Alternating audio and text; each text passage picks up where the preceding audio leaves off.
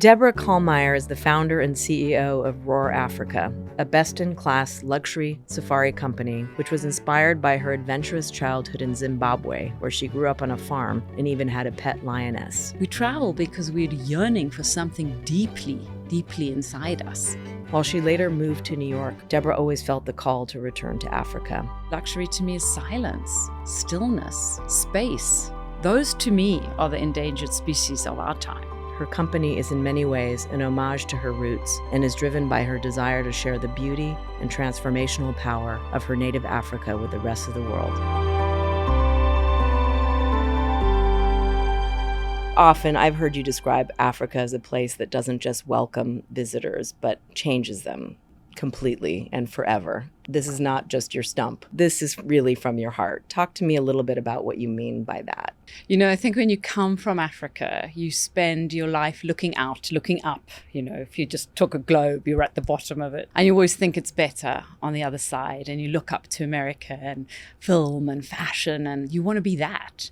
And when I moved to New York, the ultimate jungle of concrete, what I realized with this deep homesickness of longing for sunsets and sunrises and night sounds of animals and deep roars of lions and warm African faces. And you think that everything you need is somewhere else, but I realized it was actually back at home, and that was the essence of who I was. And I really feel so privileged that I get to spend the rest of my life trying to share it with anyone who'll let me, because I do think it takes us to the very core of all of our instincts and everything we've grown up running from and building better lives and technology and luxury. But the essence of what really makes us feel whole is perhaps back in Africa. And that was certainly what I got to realize as I grew up in my 20s here in New York. In some ways, your childhood is woven into this, the origin story of Roar Africa.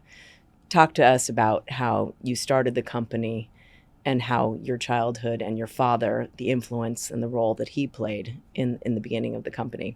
Well, I grew up in the Rhodesian Bush War in Zimbabwe, what is today Zimbabwe. And, you know, it was a pretty terrifying childhood of, you know, bulletproof tape around windows and sandbags around houses and army tanks patrolling the farm and all of that. And as a little 5-year-old girl, that's pretty terrifying.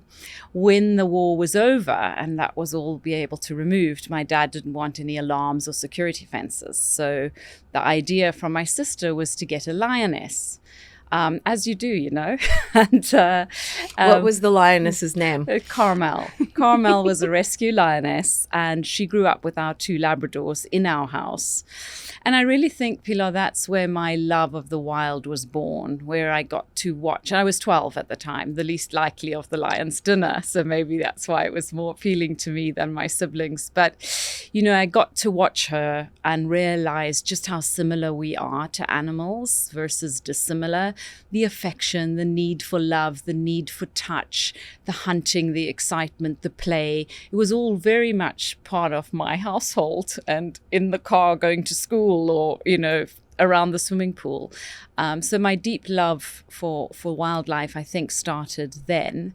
And my dad, a retired zoologist, too much energy, really had nothing to do in his retirement. And so I thought how lovely to, you know, be able to show and share Africa with Americans, where I was living here in New York, and to send them back and put them into his hands and let him show them Africa. And that's how I started Roar Africa. It was really a sort of passion project to put him back into what he knew a lot about and loved. But it's consequently grown into something so much more than that. What was the industry like that you entered as a woman? Yeah, it's a really tough industry. I sometimes refer to it as the Wall Street of the bush, because it is very, very male dominated. And, you know, I think it sort of, New York gave me that voice, and the woman mentors that I've had working and living in America gave me that strength and confidence that I might not have gained had I stayed in Africa. But to try and change this narrative and bring some equality into the conversation, because women in the tourism industry were in reservations or housekeeping or, the kitchen. They weren't running companies, flying planes, carrying rifles, being anti-poachers, being rangers. And, gently we've tried to start changing that narrative. And I'm happy to say it is changing. One, how have you seen this transform? And sort of, two, how have you played a role in sort of shaping how people experience safari? Well, I think that tourism is in a female DNA, right? We are caregivers. We have a radar that can run in every direction at the same time. And I think those are just essentially innate qualities that belong to women. And it's what also helped me formulate the idea of a women's empowerment retreat on an annual basis in a different country each year, to really staff a lodge with all females as much as possible. We're not saying we don't want men, but let's highlight the female executive chef, the GM, the pilot, whatever it might be. And let's have men who work in the industry see that, because I honestly believe the power of perception, certainly in an African context, is the only way to do this. You can't just talk about it, you have to show. And I remember a very touching story on the very first one that we did in the Kalahari at Swalu. And I asked the tracker, there were 3 vehicles and we had 3 trackers. The only female tracker that existed was from Botswana, and I'd flown her in. And so she was sitting on the front of the vehicle, which is where the tracker sits, and then the ranger drives. Tell us what a tracker is, just so that people know. The tracker is the person who is sitting on the front of the vehicle and very much responsible for finding the wildlife. They are identifying that leopard footprint, which we call a spoor, and they can see it's a male leopard and it was here about 7 minutes ago and it's heading south. And that's really going to impact your experience, because then you're going to go off and look for it and find it. And there's such excitement and, build up to when you actually finally find that leopard up a tree, and it's just peacefully looking at you. And leopards are famously elusive. They're very elusive, very solitary, hunt alone, live alone, very shy. So I give that as an example. But the tracker is essential to the quality of your safari, because it's really them that are finding the animal. And that is very much part of their skill that's been passed on for generations. And it's typically male. And so this was the first female tracker, and the other 2 trackers were men. And I said to David, could your daughter do this job? And he just sort of looked at me in absolute horror. And we didn't speak much because I couldn't speak his language. And at the end of the 4 days, he came and he tapped me on the shoulder. And he said to me, "Deborah, yes, my daughter, she can do this job." Wow. And I just thought, my work is done. Yes. That's the power of perception. He'd watched Malachi for all this time being the tracker, and suddenly his whole mind had changed. So a career path has changed. So a whole industry has opened up that wasn't there. And all it took was one example. And I think that's what sort of really motivated me to keep doing this in different countries that we cover. We only cover 12 in sub-Saharan Africa. Only 12.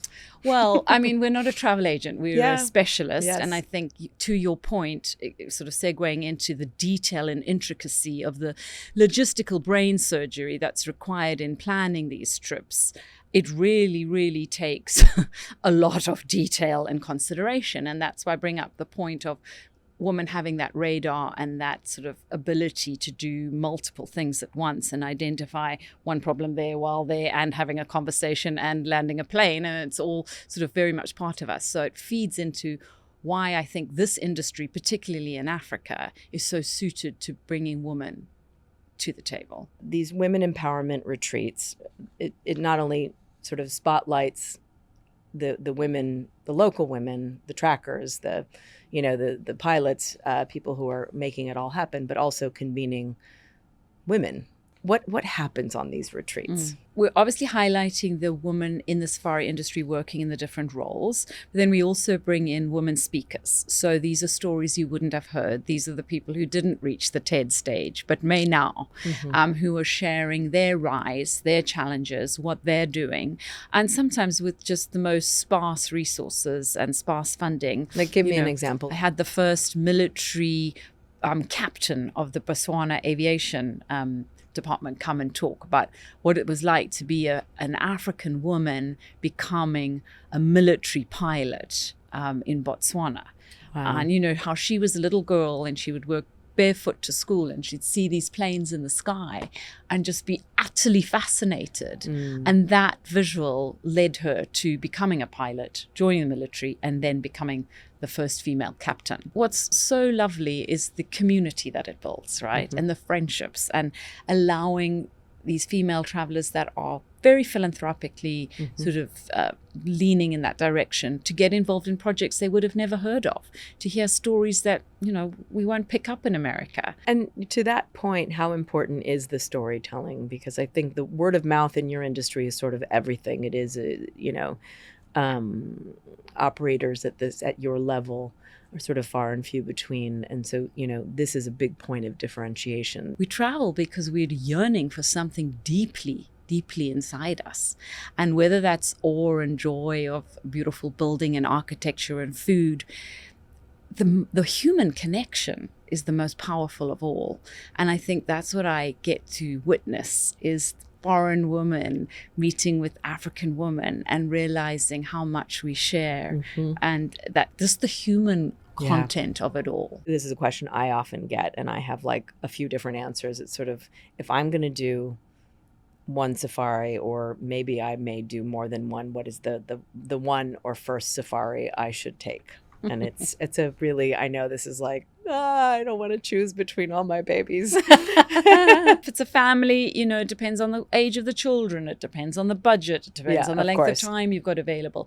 South Africa and Kenya are really great first destinations. There's a lot of choice. There's a lot of variety. You can mix it up with a bit of Cape Town, a bit of Victoria Falls, and a great safari where you'll see all the big five, and it'll be incredible. And that can be 10 days, and it can be perfect. And I often ask guests, like, what's luxury to you?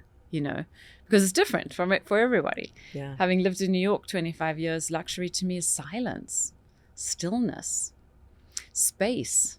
Those to me are the endangered species of our time. And I don't think anyone even thinks a night about sky, that. you know. Night sky. You know, think about it. We run from rain. We don't smell our food. We barely chew it. You know, all the things that are part of our evolution, we've got so far away from. And I think going back into the wild, sniffing the food, chewing the food, maybe being under the rain, how beautiful, just to feel all of that again. But I think, you know, we think of silence in wide open spaces. The bush is alive. That soundtrack is enormous. And just to clue into that and have that recalibration that goes through the body. I love the night sounds, even when they're scary. You know, I think there's nothing more wonderful than being in your safe room, but listening to the wild. I think, you know, people sort of come to Africa feeling like, I want to have this experience and see the animals. You have done a really good job of, you know, sort of teaching people without sort of, you know, shoving it down their throat, that they're playing a part in this ecosystem, and conservation is a big part of it. You know, the question in there is, how have you seen it shift? I think the biggest thing I didn't know going into this was just how much it does shift people, the experience. I never understood people coming back to me and saying, Deborah, you changed my life. I see the world differently now. And it really took me on my own journey of psychiatrists and psychologists and energy gurus and people to try and tell me what is actually happening to people on safari. Why, when you come back from Italy or France, do you not say, changed my life, changed my wardrobe or my weight, but not my life, right? And, you know, it's a homecoming. At the end of the day, it's a homecoming. And there is something very real that happens to us in that space, on that powerful landscape. And with that comes a deep appreciation of how important it is that we save these spaces. Because the immeasurable loneliness of spirit that would happen to humanity if we lost these places, think about just the joy you get from outside these buildings stepping into Central Park. That, I can breathe light, sunshine, smell of the grass, the trees. Think of how that feeds the soul, just that tiny bit, and how important that park is to this city. It's the lung of the city. So these wild spaces. Quite literally. Yeah. Yeah. These wild spaces are that to Africa, to humanity. And I think when people come and they get to experience the trips in the way that we design them, where the fight goes away. And I really mean that, because you're coming on a 14-hour flight out of this high pressure, hard charging life, and somebody's there to wrap you in love and make you come down and give yourself permission to just be, and to squeeze your son's hand and look in his eyes, or recognize your husband for the first time. Those are valuable, priceless moments in settings that have to be preserved. And when people start to feel again, and the human scaffolding comes down, that's when they realize the importance. And that's when they want to get involved. And that's the power of the experience. And I think everything I do is to create that environment where somebody can actually sink into themselves again